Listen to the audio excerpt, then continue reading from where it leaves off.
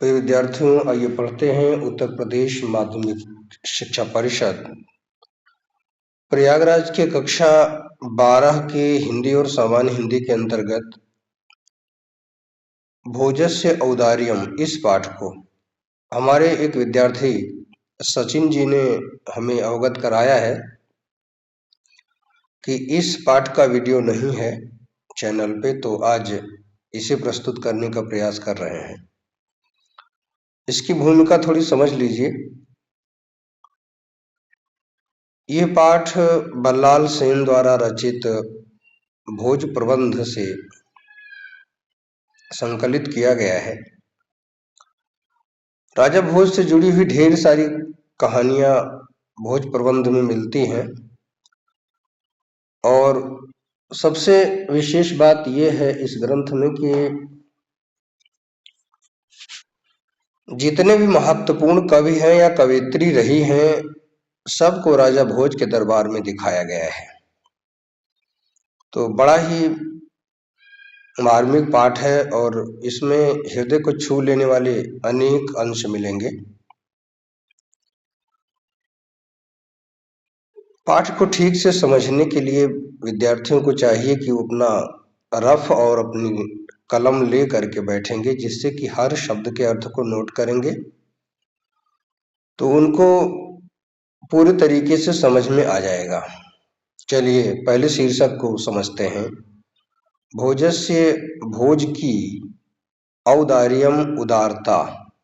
वो कितने दानी थे और कितने उदार थे, पाठ में यही सब दिखाया गया है। तो शुरू करते हैं। ततः कदाचित द्वारपालौ आगत्य महाराजं भोजं प्राह। देव कौपी नावशेषो विद्वान् द्वारि वर्तते इति। राजा प्रवेशय इति प्राह।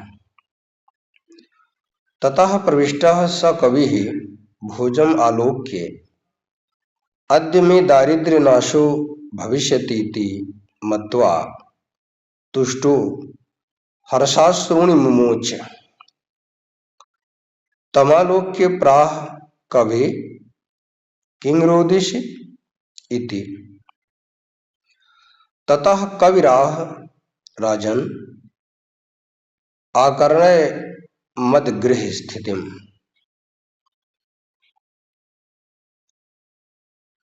अयैलाजानुच्चैः पथि वचनम् आकर्ण्य गृहिणी। शिशोः कर्णौ यत्नात् सुपिहितवती दीनवदना। मयि क्षीणोपाये यदकृतं दृशावश्रुबहुले।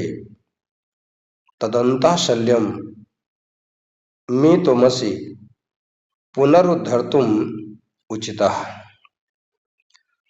राजा शिव शिव इति उदीरयन् प्रत्यक्षरं लक्षं दत्त्वा प्राह त्वरितं गच्छ गेहं त्वद्गृहिणी खिन्ना वर्तते। यहीं तक इसका अर्थ समझिएगा, क्योंकि आगे जब हम पढ़ेंगे तो दूसरे कवि की और दूसरे किसी याचक की कहानी शुरू हो जाएगी। तो शब्दार्थ देखिए।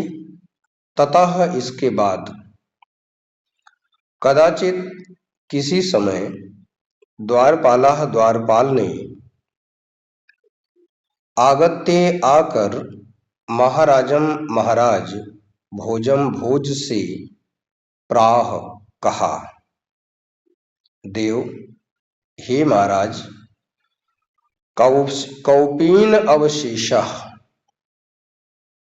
कौपीन कहते हैं लंगोटी को, और अवशेष का मतलब है कि केवल लंगोटी पहने है, ऊपर पहनने के लिए उसके पास कपड़े नहीं है, केवल नीचे अधो वस्त्र पहन रखा है। तो कौपीन अवशेषः, मात्र लंगोटी पहने हुए विद्वान, कोई विद्वान द्वार पर वर्तते, खड़ा है इति। इस प्रकार निवेदन किया गया। राजा भोज ने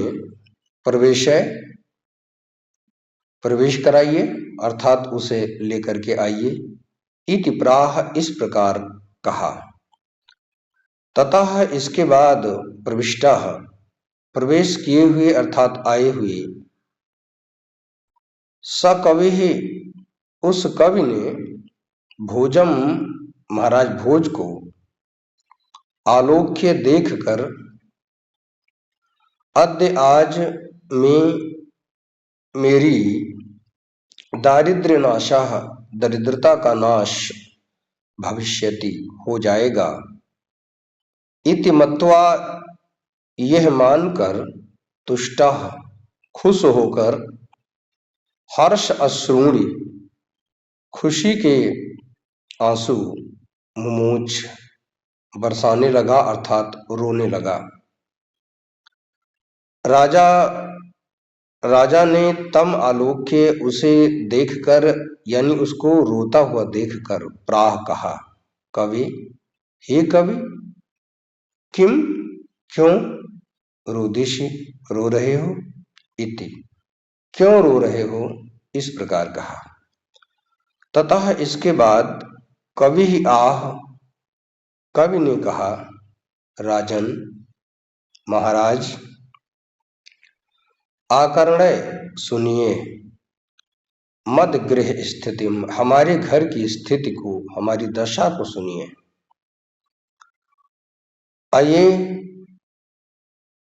अरे गांव वालों लाजान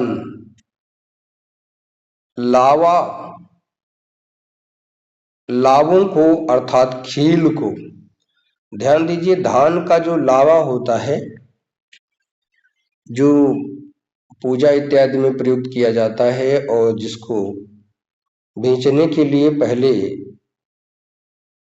व्यापारी गांव-गांव भ्रमण किया करते थे। तो कोई व्यापारी आया है और वो गांव में आवाज दे दे करके लावा बेच रहा है, धान के लावों को बेच रहा है। खड़ी बोली में लावा को, धान के लावे को खील कहा जाता है। तो जब उसकी आवाज सुनाई पड़े कि अरे लाजान लावा यानी लावों को उच्च ही जोर से अर्थात लावा ले लो ऐसा कह करके जब कोई आवाज दे रहा था तो जाहिर सी बात है बेचने वाला जो आया है वो उसके बदले में धन लेगा तब देगा ना, क्योंकि वो बेचने आया है तो जिसके पास पैसा होगा वही खरीदेगा।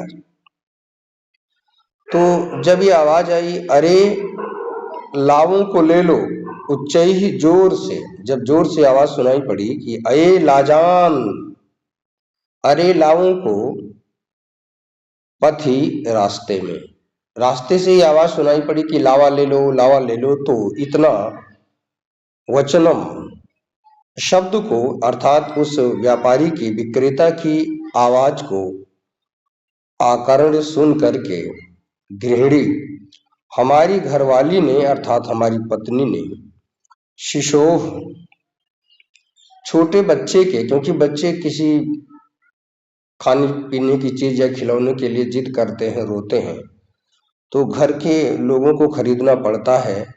क्योंकि माँ समझ रही थी मेरे घर में एक पैसा नहीं है तो मैं अनाज भी नहीं है तो क्या दे करके मैं इन लावों को खरीदूंगी, इसलिए उसने क्या किया, शिशोह छोटे से बच्चे को अर्थात अपने बच्चे के कर्णव दोनों कानों को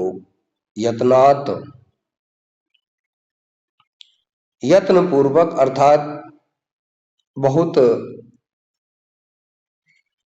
आराम से, कहीं चोट ना लग जाए, बहुत आराम से कान बंद कर रही है कि आवाज इसके कान में ना आवे, नहीं तो ये भी लावा के लिए जिद करेगा। समझिएगा, शिशोह यानी कि शिशु के यहाँ औ की मात्रा नहीं होनी चाहिए, वो की मात्रा होनी चाहिए, एक मात्रा अतिरिक्त लग गई है। शिशोह शिशु के कर्णव कानों को यत्नात संभाल कर सुपहितवती बंद कर दिया। दीन वदना दुखी होकर के, दुखी हो गया है मुंह जिसका उसको दीन वदना कहेंगे। दीनम वदनम यस्याह सा, तो दुखी मुख वाली उस हमारी पत्नी ने बच्चे के दोनों कान बंद कर दिए कि विक्रेता की आवाज इसके कान में न पड़े। मैं भी वही था, लेकिन मैं कुछ कर नहीं सकता था। समझिएगा, मैं मेरे क्षीणोपाय उपायहीन मेरे द्वारा यद अकृतम, जो वहां कुछ भी नहीं किया जा सका, अर्थात मैं ये नहीं कह सकता था कि इसको कुछ खरीदवा दिया जाए, मैं असमर्थ था। तो मैं क्षीणोपाय उपायहीन मेरे द्वारा यद अकृतम, जो मैं कुछ नहीं कर सका, दृशौ आंखों में अश्रु बहुले, ढेर सारी आंसुओं से भरी हुई, पूरे तरीके से आंसुओं से भरी हुई आंखों वाले मेरे द्वारा जो कुछ भी नहीं किया जा सका, तत् उस अंतःशल्यम, हमारे हृदय के कांटे को, अंतःशल्य वो कांटा जो हृदय में चुभता है, उस समय हमारे हृदय में जो कांटा चुभा कि अपने बच्चे के लिए मैं आज लावा नहीं खरीद सकता, तो उस कांटे को मैं मेरे तुम आप असि हो पुनः और उद्धर्तुम, निकालने में उचितः समर्थ। उस कांटे को और कोई नहीं निकाल सकता, आप निकाल सकते हैं। शिव शिव, राजा ने कहा, शिव शिव, कल्याण हो कल्याण हो। इति उदीरयन, इस प्रकार कहते हुए, प्रति अक्षरम, इस श्लोक में जितने अक्षर आए हैं उस हर अक्षर पर, प्रति अक्षरम, अक्षरम अक्षरम प्रति, लक्षम दत्वा, लाख लाख दे करके, प्राह कहा, त्वरितम, जल्दी से, गच्छ जाओ, गेहम घर, जल्दी से घर जाओ, तद्गृहिणी, तुम्हारी घरवाली, खिन्ना वर्तते, दुखी है। विद्यार्थियों, शब्दार्थ आप नोट करेंगे तभी बात जमेगी, तभी आप समझ पाएंगे। बहुत ही मार्मिक कहानी है। तो जब हम लोग पढ़ते हैं, हम लोगों को तकलीफ हो जाती है, तो जिस माँ बाप पर यह गुजरा होगा वो कैसे अनुभव किए होंगे, आप समझ सकते हैं। चलिए कुछ व्याकरण के शब्दों को देख लेते हैं, फिर हिंदी अनुवाद समझेंगे। कौपीन धन अवशेष, अकाशवर्ण दीर्घा से दीर्घ संधि लगती है। भोजम धन आलोक्य, संधि तो नहीं है लेकिन ये दो शब्द यहां जुड़े हुए हैं। दारिद्र्य धन नाशः, समास किया गया, संधि नहीं है। हर्ष अश्रूणि, आकाशवर्ण दीर्घा, दीर्घ स्वर संधि। तम धन आलोक्य, यहां भी कोई संधि नहीं लेकिन ये दो शब्द लगे हुए हैं। लाजान, धान के लाऊ को उच्चई ही जोर से, लाजान धन उच्चई ही, कोई संधि नहीं है लेकिन ये दो शब्द जुड़े हुए हैं।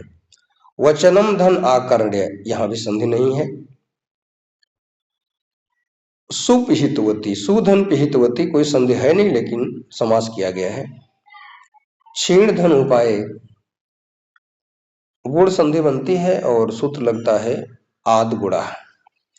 दृशौ धन अश्रु बहुले, यहां दमदार संधि है विद्यार्थियों। दृशौ धन अश्रु बहुले, अयादि संधि बनती है, एचो अयवायावा सूत्र लगता है। तत धन अंतः, जस संधि बनती है, झलाम जशवंती सूत्र लगता है। शल्यम कांटे को कहा गया है। तुम धन असि, पुनः धन, उद्धर्तुम धन, उचितः, विसर्ग संधि की गई है।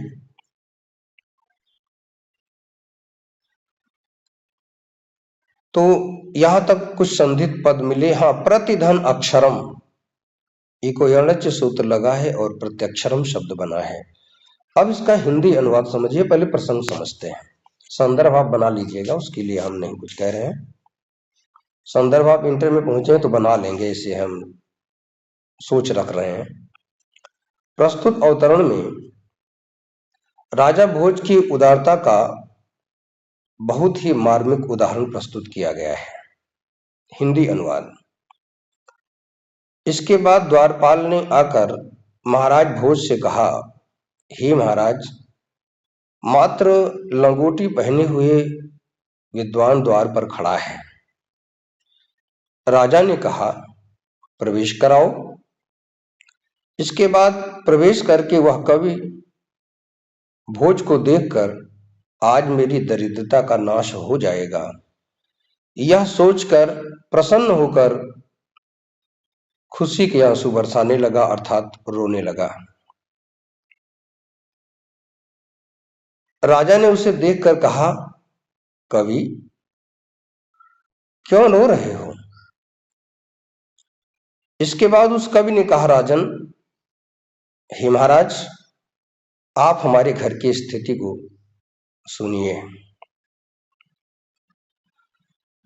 रास्ते में जोर से सुनाई पड़ने वाले, अर्थात रास्ते में जोर से लावा ले लो, इस शब्द को सुनकर दुखी होकर के हमारी पत्नी ने बच्चे के कानों को संभाल कर बंद कर दिया। आंसुओं से भरी हुई आंखों वाले उपायहीन मेरे द्वारा जो कुछ भी नहीं किया जा सका, उस हृदय में चुभे हुए हमारे हृदय के कांटे को निकालने में आप समर्थ हैं, अर्थात आप ही समर्थ हैं। राजा ने कहा, कल्याण हो, कल्याण हो। राजा ने कल्याण हो इस प्रकार कहते हुए प्रत्येक अक्षर पर 1-1 लाख दे करके कहा, जल्दी घर जाओ, तुम्हारी घरवाली दुखी है। तो विद्यार्थियों, आज यहीं तक। अगला पद्य हम अगले वीडियो में कवर करेंगे।